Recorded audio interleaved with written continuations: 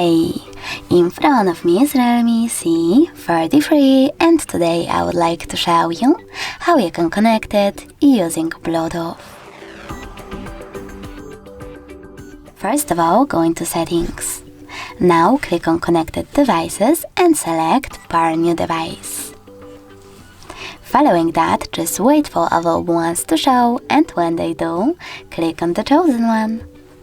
Then select Pair in the pop-up in order to continue, and wait for the other device to do the same.